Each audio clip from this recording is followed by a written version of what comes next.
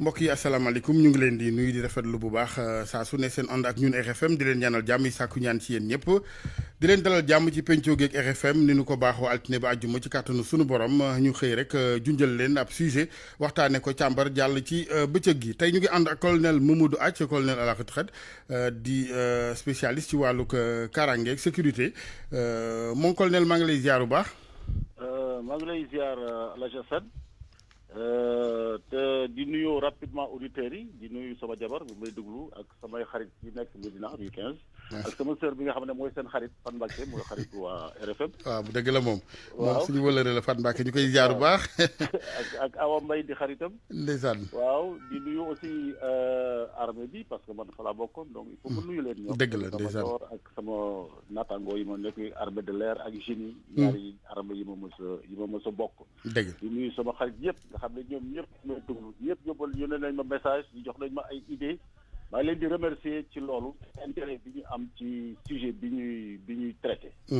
merci beaucoup mon colonel ci disponibilité bi saa su ne yow tamit yaa ngi jiital soxna si ci ziar yeeg dédicace yi loolu xam naa jonge mënu ko wees maintenant ca loolu lépp jàmm rek la colonel nit ki souvent même diine la ko wax li ngay bëggal sa moroom na doon li nga bëggal sa bopp et cetera mais bu ñu demee ba yee fitna ku ne jaar wet genn gi doom jaar gauche jabar jaar droite wala papa xeex yi bàyyi njaboot et cetera loolu moo arrivé actuellement ca tugal ca penku ñeel Ukraine ak Russie que ay wa fa jolli waral sunu waxtaanab tey bi léegi ci tàqar ñi gi pour yombal ko rek li gars yi di wax français facile nan ko def wolof facile rek lan moo xew jamono yi foofee ba Russie jëli roplaan ak i char wutali dëkkandoom Ukraine song ko. waaw li xew nag il faut ñu dellu tuuti rek ci ay date yu clé yoo xam ne boo ko xamul doo mën a xam li xew tey alors histoire Russie kenn mënu ko wax parce que ñoom xam nga alxuraan sax jàll na ci tuuti ci Chine parce que ñoom foofu la ñu bokk 70% ci dëkk bi Asie la ñu bokk te Asie dëkk yu yàgg lañu donc du ñu wax seen histoire dafa yàgg dañuy jël rek. rapidement junj ci. dellu 1904 boobu Union soviétique URSS amagul Russie moo am 1904 benn xam-xam li moom dañ ci waxtaan barka démb ci dëkk yooyu ni ñuy xoolee seen àddina bi benn borom xam-xam bu ñuy wax Hartford Mackinder moo bind benn livre bu ñuy wax le pivot géographique de l'histoire c'est-à-dire xoolu àddina bu ne man calculer naa xoolu àddina mais xoolu àddina mi ngi Russie ku bëgg a yore àddina bi da ngay dem nga contrôler Russie. donc déjà xam nga indi na lu important ci Russie ni mu mel. ñu dem ba si yàgg 1946 benn diplomate bu ñuy wax Keman benn américain bu nekkoon Russie kii la bind benn télégramme maa ngi laaj yëpp ñu dem xool internet télégramme boobu bind ko département d'État 1946 boobu Russie URSS formé wu na. ne leen bu fekkee ne ci biir kii boobu la ñu génne li ñuy wax containment c'est-à-dire que boo bëggee rey Union soviétique da nga koy containment da nga koy téye dugal ko ci conteneur. conteneur boobu nag mooy Union soviétique soxlawul dara ci kaw ay mer froide ñoo fa nekk c'est-à-dire ay géej yu sedd yooyu soxlawu leen. ay Islande ay pôle Nord géej yu tàng yi la soxla alors ñu ne kon pour rey Union soviétique da nga koy tere mu dugg ci géej yu tàng yi c'est-à-dire da nga koy wër ko ndomb. américain nag def containment boobu mu wër Union soviétique jóge Japon jaar Pakistan jaar fi ba ñëw ba ci Allemagne deuxième guerre mondiale fi ñu taxaw.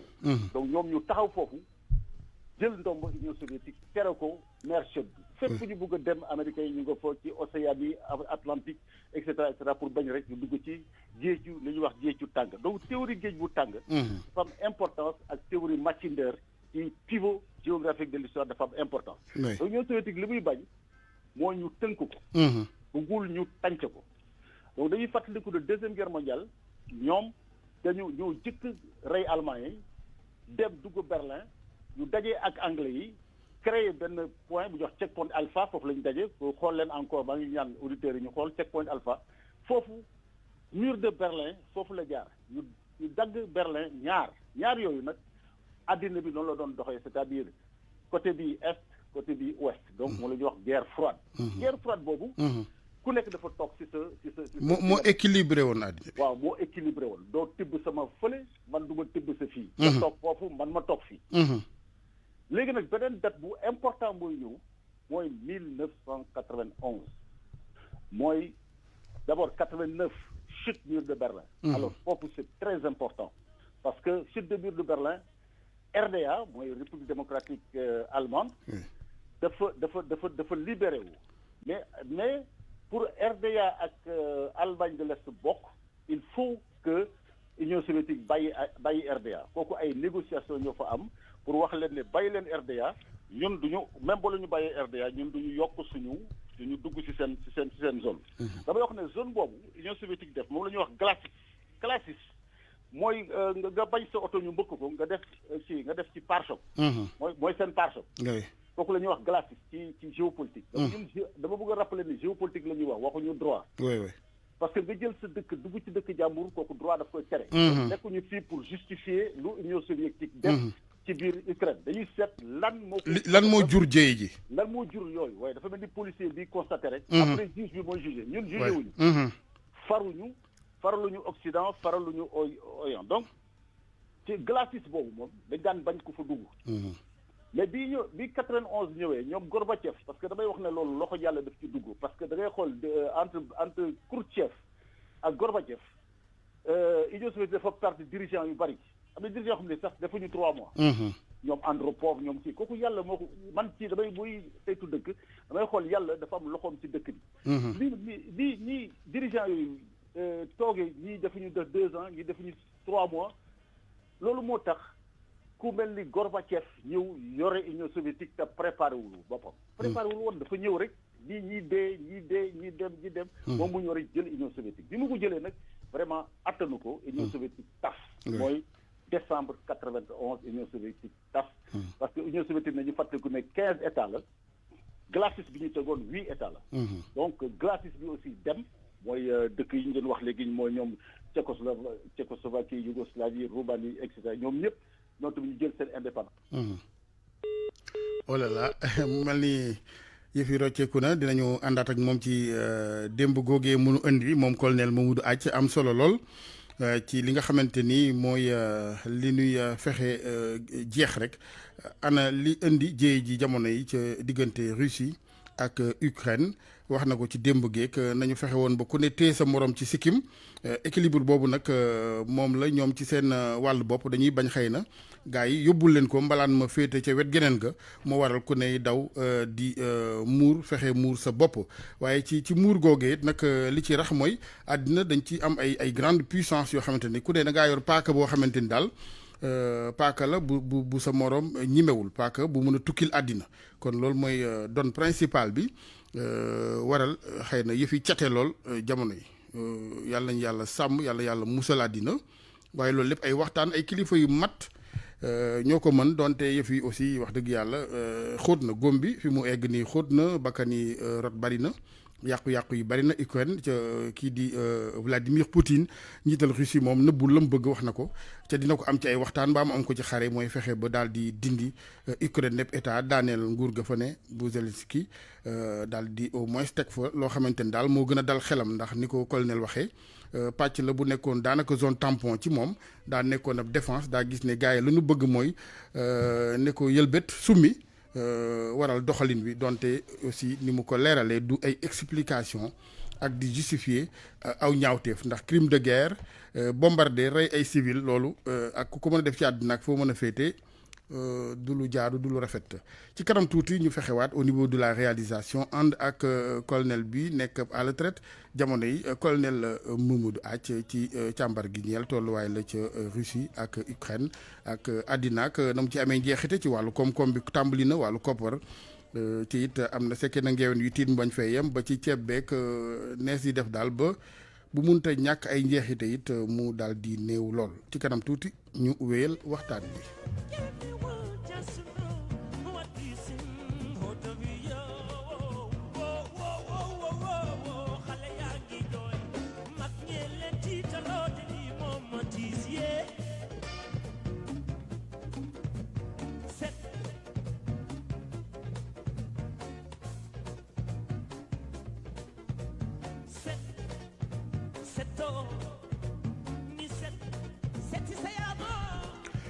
jërëjëf Ablaye jërëjëf Hadj Seydou Nourou mon colonel dikkaat nga ñu ngi tolloon ci li nga xamante ni mooy jamonoy Gorbatchev ak yooyu waaye ci wàllu loolu nga wax ne wàllu défense bu mu ñàkk xëy na moo waral doxalin bi jamono yi léegi ñu ngi ci ay waxtaan je ne sais pas moi ndax dese woon nga lu important loo war a indi ci taarix wala ñu ñëw ci actualité bi nga xamante ni yëf yi dafa xaw a mel ni benn nœud daal dafa lëj jamono yi. waaw dafa des mooy bi ma wax ne kii si la kii ñëwee. Poutine 2000. oui. bi mu ñëwee dafa commencé négocier ak OTAN mais xam naa ne stratégie rek la woon moom. mais moom dafa préparer dëkkam. pour dëkk bi OTAN ba ñu dugg ci biir glacis boobu jël dëkk yooyu surtout Ukraine. ak Géorgie ñaari dëkk yooyu. mënul nangu ñu teg fa seen tànk parce que bu ñu fa tegee seen tànk 100 kilomètres moo leen dese ñu dem Sébastopol. 100 kilomètres rek te xam nga ay bu ñu ci nekk seen xeex ñoom xeexu kii la seen distance yi am distance ogive nucléaire la. donc distance nucléaire donc ay 2000 kilomètres. donc pour nga kii il faut nga nekk 2000 kilomètres ci sa kii la war a xeexal. mais ñoom bu ñu ñëwee dugg Ukraine 100 kilomètres moo leen dese ñu dugg biir Russie wala ñu dugg Géorgie. 100 kilomètres donc ñu moom loolu mën a nanguwu ko donc mu commencé di defar tabaxaat armeem tabaxaat dëkkam ba 2014 c'est important parce que Ukraine. dafa am foofu révolution mu ñuy wax révolution du Maïdan. bu indi ay dirigeants. mais xam nga nag comme Union soviétique bëggul Ukraine dugg ci OTAN day xool dëkk boobu ñu ko yore bu ñu xasee bëgg incliné wu ci fële. du leen neex. maanaam nguur goo xam ne da koy favorable moom. voilà dafay favorable mais comme foofu nguur gu favorable woon. ñëw ñoom coxotaan nag yenn partie ci dëkk yi mooy Crimée d'abord la ñu jël. moom ko nga ñoom ñoo ko moom. ba pare nag am def ay séparatistes yu fa nekkoon ñu ñëw jàppale leen. jàppale ay fipp foofu voilà jàppale leen pour dëkk boobu daal bañ a dugg. donc Poutine li muy wut mooy Ukraine bu mu dugg biir OTAN. kooku moom mënu ko nangu. damay rappeler ne aussi Ukraine dafa important ci Russie. parce que Brezhnev bi nga xam ne ñu bari intellectuels yu bari yoo xam ne ñoo dirigé Union soviétique. Ukraine lañ jógee Brezhnev ukrainien la woon. Trotsky ukrainien la woon donc ñu bari intellectuels yu bari. Ukraine lañ jógee. donc Ukraine dafa am importance ci Russie. léegi lu tax Ukraine ñoom it tenir à ce que ñu dugg OTAN ñoom ca demuñ ca seen dëkkandoo boobu nit kay bu lay dandu am na lu mu ragal ci yow. waaw mais ñoom ñoo ko xam parce que kooku orientation politique la ci dëkk bi. parce que Ukraine quand même ñaari parti la dafa am parti ouest ak parti est bi moo gën a ànd ak Russie. ci histoire parti ouest bi ci guerre mondiale ñu ngi àndoon ak Allemagne. donc dafay am scission parti ouest bi ñoo gën a jege européens yi. alors que parti est bi ñoo gën a jege Russie. donc bu fekkee ne politique bi dem na ba waa ouest jël ëpp doole. comme ni ñu am léegi ñoom Zelensky ñoom kii et cetera. dañuy incliné wu tuuti ci OTAN. alors que avant ñi nga xam ne est lañ jógee dañuy incliné wu ci URSS donc jeu boobu xeex boobu ci biir dafa am ci biir dëkk bi. voilà maintenant ci biir xeex bi ñu mel ni man nga xam ni seen xam-xam demee ci noonu ñu ngi wax au présent tey la ñuy wax mais waa ji daa mel ni waxi démb lay wax moom xam na fa mu jëm te xam na ni Kiev sax xëy na ak lu ne ca ginnaaw Kiev sax dafa mel ni dafa anticiper par rapport ak ñeneen ñi. waaw parce que moom mi ngi préparé guerre am depuis 2014. mais aussi ukrainiens yi ñu ngi préparé seen guerre aussi depuis 2014 loolu moo tax guerre bi dina metti parce que ñun ñuy xool stratégie militaire. bi mu déparé ci doctrine soviétique dañu toog 3 jours ñu xool 3 jours yi gisuñu Union soviétique def vraiment lu am fayda ñu ne kon seen première attaque dafa échoué échec la ci départ bi. parce que ñaari armée yi damay rappeler kenn mënu leen comparer parce que bu leen comparer dëkk yi Union soviétique mooy Russie moo ëpp ci monde bi. parce que 7 millions de kilomètres carrés. Puis 650 000 kilomètres carrés. Donc même comme France, c'est-à-dire 3 fois Sénégal. N'est-ce pas? Donc l'Union soviétique a pris 30 fois. Oui, sur le plan militaire. Donc, doole yamu ci quoi. Doole 900 000 troupes filles. Quand même 140 000. Mais réalité terrain bi waxagu ko ndax 11 jours quand même ku la ko tenir hein? réalité terrain bi wane gu ko de 11 jours yi bariwul ci résistance bu dee koo xam ne yow normalement ab mbëfër mbëpp nga bu war a ñëw rek toog ci kawam. non mais loolu mënuñu ko pourquoi parce que dañuy xeex ci dëkku jàmbur. xeex ci dëkku jàmbur nag neexul.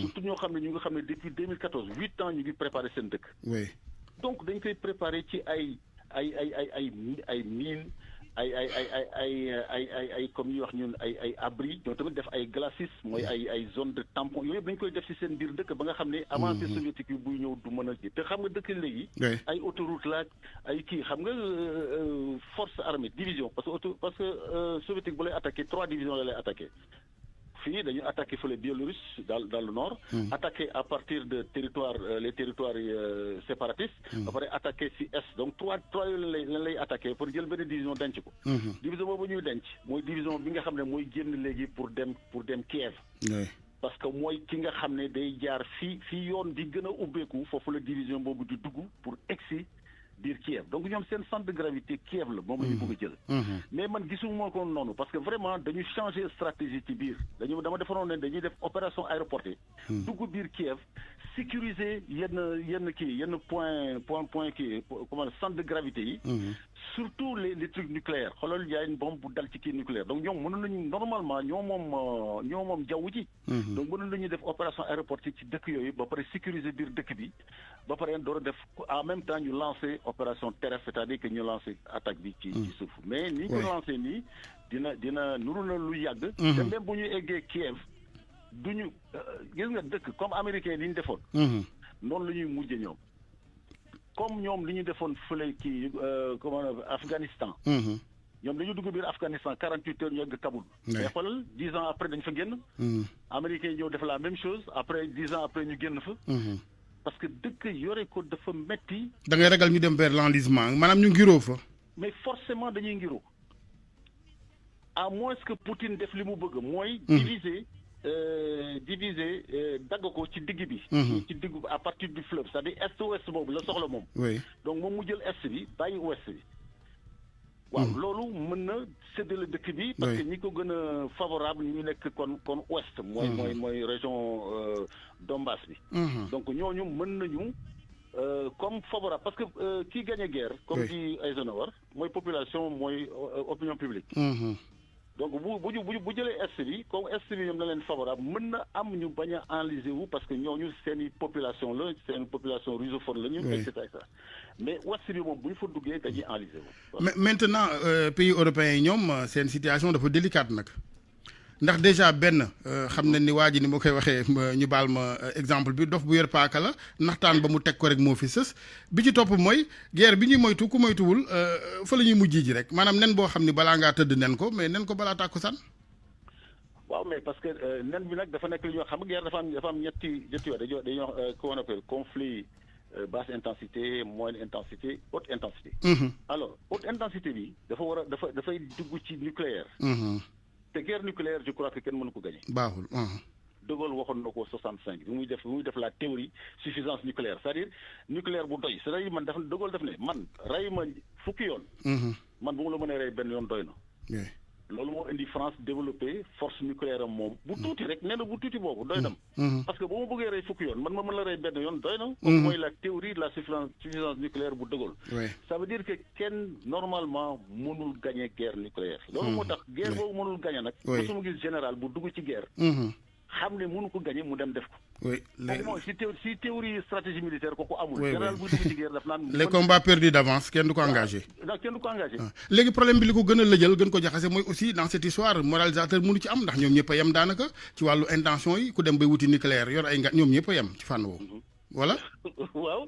parce que ñoo autant ak Russie waaw ñoo yem ñu ngi moo tax tamit du ñu laalante ñu ngi seen déploiement yi xoolal fi ñu koy def kii mi ngi dem comment on appelle Pologne ay dëkk yi autour la Roumanie yooyu la ñuy dem bàyyi nag kii mu nekk ci digg bi parce que xeexu dañuy dellu si waat presque xeexu guerre froide quoi c'est-à-dire que ñoom dañuy ñëw def seen déploiement teg seen i force xuxalante ba pare nag bàyyi ñuy xeex ci biir Ukraine et cetera di xeex voilà donc mooy li ñuy wax proxy war c'est-à-dire comme ñoom ñimante wuñu parce que mën na dem ba ñu doorante ay kii ay ndel donc dañuy seen guerre seen échauffement ci biir dëkk yi lañ koy def quoi dëkk yi di xeex maintenant nag mbir moom kenn du ko maîtriser à 100% moo tax xuxalante sax wóorul ah waaw xuxalante nag mën nga jékki-jékki xuxal di waaw mën na am benn imprévu et l'Afrique dans tout cela ñun waa Sénégal surtout ci d'abord ci question simple yi parce que am na ci genre Ablaye Diop yi ñoom seen bët yi dafa gën a génn boobaak léegi dañuy foog ne bu ñu nee xare nucléaire rek àddina day tukki distance beeg yooyu sur le plan géographique ñoom bu ñu ko taaloon mardi ims ñun naka lay yegsee suñu kaw wala bu fi yegsiwul ci beneen xeet lay yegsee. waaw ci beneen xeet la parce que xam bombe nucléaire ñetti xeet la. C'est le côté mécanique. mooy bombe bi fu muy explosé. mooy ñuy wax ground zero mooy fi nga xam ne foofu la comme Hiroshima fi mu explosé noonu. mais dafa dëkk yëpp la tas. kooku moom effet cinétique lañ koy wax. waaw mooy fi mu après maintenant mu am maintenant ay rayonnement. rayonnement alpha. rayonnement bêta rayonnement gamma. yooyu nag ñooy dem ànd ak atmosphère bi di dem nag ci dëkk yi. mooy njeexite yi waaw. ñu ngi Tchernobyl xam nga Tchernobyl. jur ay feebar yu bon. waaw xoolal Tchernobyl ni mu def. dafa dem ba Europe. dugg ba Europe. waaw te kooku benn kii nucléaire rek la woon du ay ndëll yoo xam ne ñi comme yi yor léegi n'est-ce pas. mais mon colonel le monde est devenu fou parce que xare ngànnaay bu di mel ku ko dem di ko inventé yow ak loo mën a xas-xas Poutine yéen a yem mooy la may junj sànq wax dëgg yàlla pexe bu bon ci yées weesuwul di ngànnaayu sur ce plan là. waaw gànnaay nag moo mel noonu. c'est-à-dire gànnaay loo boo commencé paaka. xam nga àddina bi paaka la commencé. oui après mu dem flèche. après mu dem c'est-à-dire que ci invention armement. scientifique yi ñoo koy inventé te scientifique mënoo ko arrêté. mais on pouvait en rester à la guerre conventionnelle. waaw mais am na évolution scientifique nag fu ñu koy bàyyi. parce que scientifique yi ñooy xool guerre bi ne par exemple xoolal kii bombe atomique. Einstein moo jëkk a wax. ne américains yi def leen bombe atomique parce que allemand yaa ngi koy def. ñoom moo indi ay problème mu neutron électron yooyu donc ay scientifique yoo koy indi. politique bi moom pour utiliser ko rek la mais c'est les scientifiques. te scientifique mënoo ko arrêté ci xalaatam ci xam-xamam ci kii et cetera n'est-ce pas. donc américains yi bi ñu leen ko kii waxee Einstein waxee. ñu def benn kii li ñuy wax kii Manhattan Project. projet Manhattan. dem ñu recruter scientifique ak chimiste yëpp. kon kooku guerre vraiment ci ay guerru xarala ay scientifique ñoo koy def c'est pas des armes paaka yoo xam ne da ngay yóbbu ñu koy takk et cetera c'est ay scientifique ñu dajale ay scientifique jël benn général du génie yi teg ko ci kaw tudde ko Manhattan Project moo indi bombe atomique. très bien léegi kon gam-gam léegi comparaison diggante la doole ak xel yan chance la xel am pour yóbbul ko doole ci mbir mi. mooy droit international rek loolu moo tax droit international am importance. xam nga ñun léegi géopolitique la ñuy wax. c'est-à-dire xam nga géopolitique mooy dëkk dafa mel ni nit dëkk nit la. ni nit ki di demee ci docteur bi ñu koy xool di ko noonu la dëkk war a demee ci foo xam ne dañ koy saytu. dama jox benn exemple rek ci Sénégal man dama kontaan ci ni suñu autorité politique yi defaree pont bu Foundiougne ak pont bu Gambie. dafay résoudre suñu problème géopolitique. parce que suñu profondeur stratégique mi ngi fële ci transgambienne la nekk. donc ñoom biñ ko nekk man vraiment dama tàccu suñu autorité ni ma tàccoo président de la république ci coupe bi parce que bu dee Aliou Cissé mooy ñoo gagné coupe bi xorom bi ci moom la jógee parce que xorom na ko. bien sûr donc noonu la ñu xoromee. ci géopolitique. bi ñu defee loolu. ba pare aussi ci au nord avec l'OMVS. kooku tamit c'est bien parce que kooku dañ ko dindi ci géostratégie mooy loo xam ne dañ koy xeex mais fii. dañ koy xeex bu nekk économie donc ñu def ko dëkk yi ànd boole fleuve bi ñu bokk ko. kooku tamit c'est géopolitique la. te ci xel la. très bien dëkk xel moo koy yore. li ñuy rawee ñële mooy dañuy am ay foo xam ne dëkk bi dañ ko fay saytu toujours di ko xool. di xool température am di xool xol bi di xool bopp bi di xool nopp yi. ndax di dégg bu baax nag président fu muy dem day jël dëkk bi def ci poosam. parce que frontière ko bi ñuy wax affaire. mais nag ba rythme yi na ànd de na bokk na ànd ak gindiwaale nit ñi jàngal yéen ñi xam nga aussi sa peuple bu poussé wul derrière saa yi loo mën a def lu baax même sa kër rek bu fekkee ni am na benn kàmb gu ne ci diggante yow mi jiitu ak ñi topp ci ginnaaw du baax je veux parler de la citoyenneté du civisme par exemple et cetera du patriotisme. mais jëlul ci guerre bi fii. dama nga xool capacité militaire bu Ukraine. Ukraine li soviétique yore ci militaire 900 000 moom la yore ci réserviste. oui réserviste yi ay civil lañu. donc ñoom dañu am défense civile. oui après seen dëkk ku am 18 ans da ngay dem armée di nga dugg armée. waxuma nag man ñu ñëw armée def ko fa xam nga nit ñi dañuy gaaw ne non waxuma loolu. dafa am yeneen yoo xam ne dëkk dañuy encadré. mën nañu am yeneen xeeti centre de formation. yeneen xeet voilà formation defar leen boole leen tàggat leen ñu xam lan mooy seen dëkk. lan mooy seen kii et cetera am na ñoo xam ne xoolal si interview da nga gis ñoo xam ne ku leen ne man du ma fi jógee. parce que fii mooy sama dëkk dama koy défendre. nga gis ñoo xam ne dañuy jóge fële ay athlètes sax jóge fële dellu seen dëkk. dañ leen tàggat ci dëkk tàggat leen seen drapeau. duñ fi jógee naan dañuy comme di ma dégg keroog ñu ne dañuy jël dem Ukraine pour xeex yi. alors que Mali mi ngi fii kii mi ngi fi loo wuti Ukraine pour dem xeex sa yoon def fi rek. vraiment bu amee ngóore kay ngóore bi fii la. mooy ñàkk xam bi donc il faut que nga nit ñi aussi boo leen yeewul dans le bon sens du ñëpp nag quoi ñu baal ma mais am na ci yoo xam ne il faut le dire quoi parce que àddina fu mu jëmi mon colonel ëllëg ku yeewul moom doo ci bokk il faut que ñu namm xel yi bu baax. loolu mooy ki nga dëkk yooyu ñu ngi seen guerre loolu la ñoom dëkk yooyu dañuy defar seen dëkk. defar seen i nit dañu xam seen i dëkk. xam li seen warugar. xam dëkk xam warugar devoir bi ñu am ci seen dëkk. xam li ñu ameel seen dëkk. xam seen dëkk fu mu yem fu mu yemul lu mu nekk lu mu toogee lan mooy ay kéem dañ ko am. loolu nag boo demul toog ñu jàngal la ko doo ko mën mënoo yeewu rek dem jënd ko internet non da ngay toog ñu tàggat la ci war la nañ koy defee nga jël ko maa ngi bëgg sax léegi di proposer journalistes yi ñu def ay correspondant de guerre parce que addina bi ni muy doxee nii il faut que ñu am journalistes yu def correspondant de guerre armée former leen ci ay connaissances militaires par exemple man bu ma toogee télévision dinaa gis benn BTR benn armement la. ci armement yi dinaa xam à peu près fan la ñuy yem ci guerre bi. parce que dafa am arme yoo xam ne dafa am fu mu war a génne ci guerre bi. dinaa gis fii ay BTR. BTR 50 BTR 60 ay MiG 26 et cetera bu ma ko ci gisee mais loolu da ngay ñëw journaliste ñu jàngal leen MiG 26 nii la. BTR nii la boo ko jàngul doo ko mën a xam. doo mën a def jàngat yi exact quoi. voilà BMP bu génnee nga xam ne force spéciale soviétique yi ñu ngi ñëw parce que ñoom BMP la ñu ñëwee donc yow da ngay xool ci équipement yi nga mën a xam fan la ñu toll ci biir guerre bi donc loolu. mais au-delà même des soldats le peuple mon colonel wax nañ fi ci wàllu pandémie bi.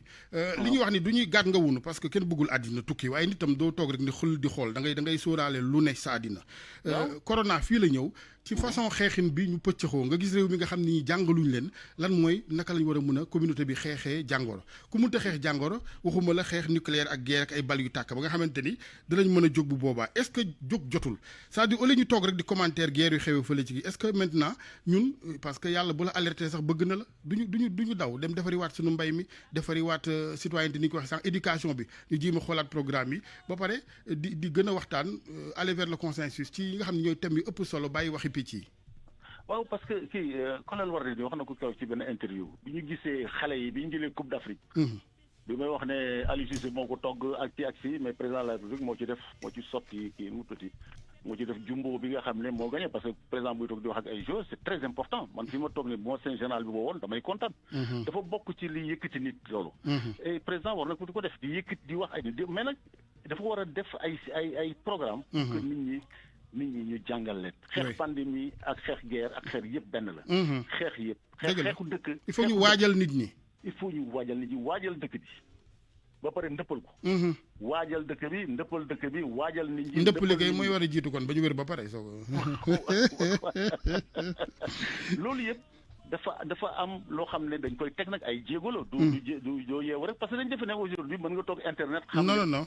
ça prend du temps moo tax may teel a wax ni jóg dafa jot xam nga ñun dañu am tendance di xaar mais gis nga loo tàmbali tey forcément bu defee ab diir di nga ci am dara. mais bien sûr ba ñuy waxi mbay ceebu waalo bi man xaw ma sax kuy bay ceebu waalo mais fii laa toog ni même bu nu eggul la état bi bëgg ci ay millions yi tonnes danañ egg 600 800 000 ca loolu c'est pas rien nit doo toog rek neenal sa bopp lu ñëw rek nga nekk ab nihiliste rek ne dara baaxul il faut toujours commencer. c'est comme léegi xam nga ñu ngi wax blé bi parce que conséquences yi waxaguñu ko xam nga yaa ngi doon dugal ci conséquence guerre bi. oui dafa am d'abord conséquence ci Europe. c'est-à-dire que Europe comprendre nañ ni dañu désarmer. parce que xam nga bi mur de Berlin daanoo. France dafa dindi kii nu mu tuddati armée obligatoire. donc automatiquement français yi amatuñu capacité militaire waroon nañ ko fii ci Mali. loolu moo leen rey dañu téye seen capacité militaire wàññi ko léegi xoolal ku nekk jëlaat na sa capacité militaire dindi ay millions d'euros pour redéfaire seen armement redéfaire seen parce que soviétique 6000 têtes nucléaires soviétiques. dafa xaj ci nit. dëgg la ay 10 000 avions nga bëgg a xeex ak ñooñu nga xam ne ay 10 000 avions la ñu amoon ay 10 000 chars. loolu du xel il faut nga commencer waajal sa dëkk tamit ci programme militaire. donc ñooñu Allemagne sax mi nga xam ne musul bëgg a guerre Allemagne 100 millions d'euros lañ def ci léegi réarmement armement musul nangu sax def opération de paix. parce que ñoom bëgguñu affaire armement mais xoolal dañ ko def fële ci côté bële Japon mi nga xam ne moo gën a bañ a guerre ci nit depuis bombe atomique. ñoom ñu ne dañuy génne réarmer seen dëkk pour réarmement jot na. xoolal ñun fii ñu ngi ci Mali réarmement dëkk jot na. réarmement nag dafa am réarmement ci arme. am réarmement moral. moral bi mental nit oui. am réarmement mental. loolu yëpp mooy booloo. yore dëkk. dëgg la am na solo. am na solo jàpp na ko OTAN yëpp jàpp nañ ko ñun nag comme ñun ñu ngi ci Mali malien yi fii kii ngi fii djihadistes yaa ngi fii. il faut ñu commencer réarmement moral d'abord. moo gën a communication la. communication dafa am importance. communication bi day commencer ci télé yi. mais bu ñu encadrer jeunes yi tamit ci biir fi leen di encadrer foofu la communication bi di gën a communication de proximité. mais man fii li ma gis plutôt perte de temps la so boo gisee ñun liñ fi malheureusement ca njëlbeen rafetlu woon nañ ko ñëpp privatisation bi ay télévision ki rajo fu ne mais boo xoolee temps bi ñuy def ci débat yi waxtaan yëpp wax dëgg yàlla 30% yi rek xëy na moo ci jariñi li ci des yëpp tu te dis que ni nit da ngay boo amee temps da nga koy sakkanal. mais loolu moom xam nga dama lay wax man par exemple bon en fait États-Unis la demande mais dama lay wax tuuti ci affaire république est yi xam nga ñun dañuy formé woon ci est baaxul tout ça et cetera mais bi ma demee république tchèque ma xool xam dëkk yooyu li leen defaree mais par exemple États-Unis boo ñëwee di jàng xam nga kon yaa ngi ñu ngi lay encadré boo koy jàng ñu ngi lay jàng encadré mais télévision dañ ci nekk ci classe yi le matin bu ñëwee 8 heures dañuy ubbi télévision dañuy commencé ñu taal télévision information yi génn ñu def ci 1 heure de débat foofu la am important ce n'est pas seulement rek télévision bi wax nga ñëw déglu dem parce que dañ ne information wut ay sponsor dajalee xaalis ça finalement y a aucune régulation dans tout ça aucune régulation mais information amul solo information mën nga naan sa café déglu information vraiment foofu la différence ak renseignement c'est pour agir donc il faut agir information bi ñëw na dañ ko war a jël ñu agir ci information bi Hadji Assane wax na ko li mu wax dañ koy tënk mais fi ñu koy tënk nag dafa am foo xam ne foofu la nit ñi nekk ñu indiwaat ko tegal leen ko nag kii am télévision ba am ñu nekk dans des centres yoo xam ne leen di encadré foofu la Hadji Assane di waxee xale yi di ko dégg c'est très méthodique instituteurs yi fa nekk leen wax lii ensuite li gën a important aussi ci dëkk yi waroon lañ ko keroog war nañu mu ngi koy wax bi ñu gisee xale yi génn bi ñu jëlee coupe bi mooy coupe Aliou Cissé ak coupe président de la République ñoom ñoo war a jàpp seen coupe ak Sadio Mané surtout voilà du ba duggaat ci affaire sport dama ne en tout cas le sportif mu ngi feeñ boobaak léegi waaw parce que après xam naa peut-être dañ jox bu ñu amee jot incha allah waaw parce que loolu wone ne capacité mobilisation dëkk xam nga amul kenn gisu ci parti politique xam nga politique mooy diviser dëkk mais fii drapeau Sénégal rek la ñu gis kenn xoolal bi ñu inauguré stade bi drapeau Sénégal man dama tiitoon bi ñu kii ma ne ak xaaral dina am ñu fi indi ay drapeau yu kii mais amul dara lu dul dëkk bi la ñu wone mandargaal ko kooku ne dañ ko war a mais ndaje moom lu mu xumba boo ko capitalisé wul dak mon colonel moo nga lalli basang ya dellu rek yam ñun moom foofu lañ nekk nag capitaliser tout cela sinon ça ne sert absolument rien dajale mbooloo ku ne farankulaay dellu moo tax loolu encadrement la laaj man je me rappelle ba muy football nekk à l'école de l'air en France di football équipe école d'air te toutes les grandes écoles tous les mercredis xam nga Saint-Étienne day football dañuy seetaan Saint-Étienne bu ñu ko seetaanee ba pare ñëw tableau entraîneur bi jël li Saint-Étienne def ci kii bi def ko ci tableau bi nañu gis ngeen kii fi mu taxaw nii fi taxawoon kii gis nga bii bi fi mu jógee c'est-à-dire lii information ni jëlee ci télé dañ koy indi ci tableau boobu la ñuy jàngalee positionnement ci terrain ñu ne ñu xool leen kii ni mu posé xool ni mu dugalee bii bi et cetera c'est-à-dire dama wax ne continuité de l'information dafa war a continuer pour dugg ci biir nit ñi dugg ci biir famille yi di ko wax parents yi di ko wax la cellule familiale surtout man samay doom dañuy toog may wax bu dee football damay toog ma leen di expliquer kii bii fii la jaar kii fii la jaar information ñu toog comme Ukraine dañuy toog ma expliquer leen lan mooy Ukraine fan mooy il faut loolu buñ ko mënul ñu koy def ci famille yi di ko def nag ci centre yi parce que il faut xale yi ñu encadrer leen famille yi mën ñu ko toujours man aw ma jot di ko def famille yi xam nga ñu ngi daw di wuti xaalis bu ñu joxe xale yi lekk donc encadrement bi bu amul wax dañuy joxañ baaram c'est toute une chaîne quoi mooy dañuy joxañ baaram famille yi kooku dama si bëgg ñëw man du ma joxañ mu baaram famille yi lu famille yi raté génnuñ ca de ñoo ci jiitu nag mon colonel famille yi ci jiitu nag mënoo jur doom mel ni ko yor ay kanaara waaw ñoo ci jiitu mais bu fekkee ne da ngay yeewu xam nga loolu la doon def ci sama benn mémoire bu mu doon def ci sénégalais yi nga xam ne dañu nekk à l'extérieur di jàng doo ci gis rarement nga gis doomu ku nekk à l'extérieur jànge France fekk la dans une école d'ingénieur alors que ñi jóge fii dañuy jàngi fii dem foofu dugg ci école d'ingénieur jël ay kii lu tax. c'est parce que seen parents dañuy yeewu dem wuti lu ñu lekk. dem wuti lu ñu kii et cetera donc ñun dañu nekk ci époque boo xam ne. wuti lekk ak naan tax na borom kër bu ñëwee këram day ñëw rek plongé tëdd xamul sax doom yi lu ñu kii mais nag dama donc tu proposes des remplaçants pour les parents.